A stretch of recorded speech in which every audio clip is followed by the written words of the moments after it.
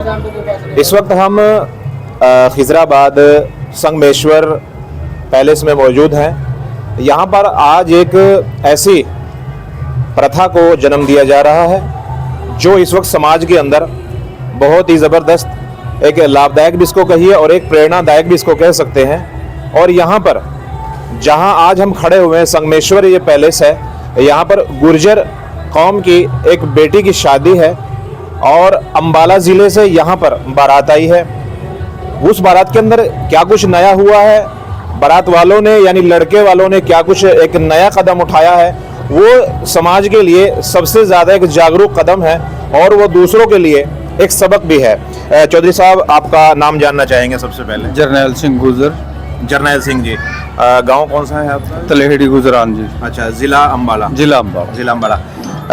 जितने क्या नाम बताया जी? जरनैल सिंह। जरनैल सिंह। जरनैल सिंह जी, आपने एक कदम थोड़ा बंद कर लो जी। जरनैल सिंह जी, आपने एक कदम उठाया है यहाँ पर, जैसे हमें मालूम हुआ है, बिना दहेज की शादी का। आपके दिलों में ये ख्याल कैसे आया? क्योंकि आज के दौर में अगर हम बात करें कि बिना दहेज के तो शादी हो ही नहीं रही है और बहुत से केसेस हम देखते भी हैं दहेज के मामलों के अंदर आज कचहरियों में, कोर्ट में चल भी रहे हैं। आपने इतना बड़ा कदम उठाया बिना दहेज के, कैसे ख्याल आया आपको? ये हमारे दिमाग में पहले से बात थी क्योंकि लोग बेटियों को एक बोझ समझते हैं जी। और हम ये चाहते हैं कि कहीं भी किसी काम की अगर शुरुआत करनी है जी, सबसे पहले उस चीज़ को हम अपने से शुरू करें जी। उसी चीज़ को बहुत पहले से हमारा डिसाइडेड था कि बेटे की शादी में हम दहेज बिल्कुल नहीं लें। अच्छा। आज से नहीं, मतलब 10-15-20 साल पहले से ये बात दिमाग में थी जी कि अगर किसी चीज़ को या किसी शुरू करना है या ख़त्म करना जी, तो हम सबसे पहले खुद से शुरू करें। शुरुआत अपने घर से करनी पड़ेगी। बिल्कुल। तो आज आपने अपने घर से शुरुआत कर ही दी है। बिल्कुल। हमारी भारतीय जनता पार्टी की भी ये प्रेरणा है जी, हमारे गुज्जर समाज की भी प्रेरणा है जी, चौधरी कंवरपाल जी की प्रेरणा है जी, हमारे परिवार की प्रेरणा है जी। सब इस बात को ये मानते हैं कि आज बेटी को लोग बोझ मानते हैं जी, क्योंकि शादी में दहेज की बहुत बड़ी एक डिमांड होती है जी, और चल रही है। तो हमने दिमाग में ही सोचा कि इसकी जड़ से ही काम किया जाए जी, जी। और अगर शुरुआत करनी है तो हम खुद अपने से करें। अपने से शुरुआत करनी पड़ेगी। देखो, बेटी वाला कोई ये नहीं कह सकता कि मैं दहेज नहीं दूंगा जी, मैं शादी करूंगा तो शायद ही कोई मानेगा। लेकिन लड़के वाले को कोई दबाव नहीं है, कोई जबरदस्ती दे नहीं सकता जी। कितना भी कोई भी कुछ भी कहे, पहले भी हमें कहीं रिश्ते आए जी, ये करेंगे वो कब ने करना। अच्छा। हम तो 1 रुपये शादी करेंगे और सिंपल तरीके से। सिंपल तरीके से। हाँ। तो सुना है 1 रुपया लिया है आपने? बिल्कुल जी। मतलब ये जो है सब कुछ यही है आपके लिए? हमने जिस दिन रिश्ता किया था उसी दिन चौधरी साहब से ये रिक्वेस्ट भी करी थी कि भाई हमारी एक डिमांड है, वो ये है कि बिना दहेज के हम रिश्ता करें। अगर आपको मंजूर है तो आप बताओ। उसी दिन से ये बात क्लियर। समधी का नाम भी बता दीजिए अपने। मेरे समधी का नाम है जी चौधरी मांगेराम जी। मांगेराम भट्टार जी। हाँ जी। ग्राम पंचायत जैदरी जी, जिला यमुनानगर हरियाणा आदमी है जी।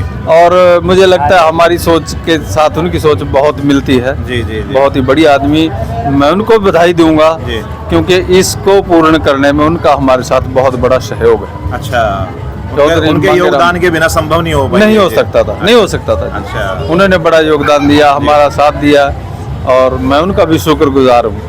जरनैल सिंह जी, पूरा करने में उन्होंने हमारी मदद करी। एक सवाल जहन में आ रहा है, आपके समाज के अंदर ये मैं तीसरी बार देख रहा हूँ। एक अभी यूपी के अंदर जिला सहारनपुर से ये खबर आई थी, 1 रुपया लिया था, पूरा समाज वहाँ मौजूद था। और हमारे जिला यमुनानगर के इसी बेल्ट में से, गुज्जर बेल्ट में से किसी ने 1 रुपया अभी लगभग 3 साल या 2 साल पहले 1 रुपया लेकर शादी करी थी।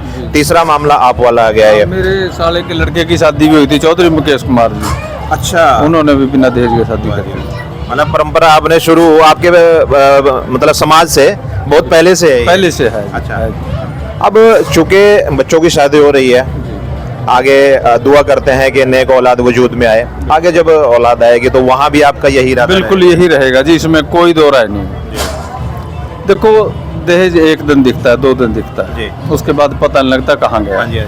हमारी डिमांड है, जरूर है, लेकिन हमें एक बेटी की जरूरत है जो घर को चलाए, संस्कार से चलाए, आने वाले मेहमान का मान सम्मान हो। चाय के टाइम चाय मिले, रोटी के टाइम रोटी मिले। दहेज तो लेके भरपूर आगे, अगर घर में 2 मेहमान आ गए, उनको रोटी ना दे पाए या चाय के टाइम चाय ना मिले, उस दहेज का क्या मतलब? बहुत ऊंचे विचार हैं आपके जरनैल सिंह जी। आप आपका नाम हम क्या है यहाँ जी? से एक बेटी लेके जा रहे हैं, बेटी लेके। बहू नहीं बेटी लेके जा रहे अच्छा, और बेटी को बेटी की तरह ही रखेंगे हैं, उसको? बिल्कुल रखें। ताकि अच्छा, समाज को क्या संदेश देना चाहेंगे आप? मैं अपने समाज से भी, गुज्जर समाज से भी और छत्तीस बिरादरी से भी हाथ जोड़ के यही बेनती करना चाहूँगा जी। कि इस दहेज रूपी दानों को ख़त्म करें। अपना एक संकल्प लें, आप किसी से दिया कब तक चलेगा, अपनी मेहनत करो, उसी से गुजारा करो। बेटी किसी की भी है, बेटी है, उसको अपनी बेटी की तरह रखो। ठीक है। बिना दहेज के शादी करो, आपको सुख मिलेगा। हम समाज में देखते हैं दहेज तो बहुत ले लिया, लेकिन आने वाली बहू है ना, वो रोटी दे के भी खुश नहीं, या मान सम्मान भी दे के खुश, ऐसे बहुत हैं। सबको नहीं मैं कहूँगा, ज़्यादातर ऐसे केसेस हैं। तो दहेज आप ही बताइए किस काम का है? किस काम का? बात जायज है जी आपकी। आप मतलब जो चीज़ से मुसीबत पैदा हो, मुसीबत घर में है, उस चीज़ को पहले से ही खत्म कर पहले देना खत्म। चाहिए।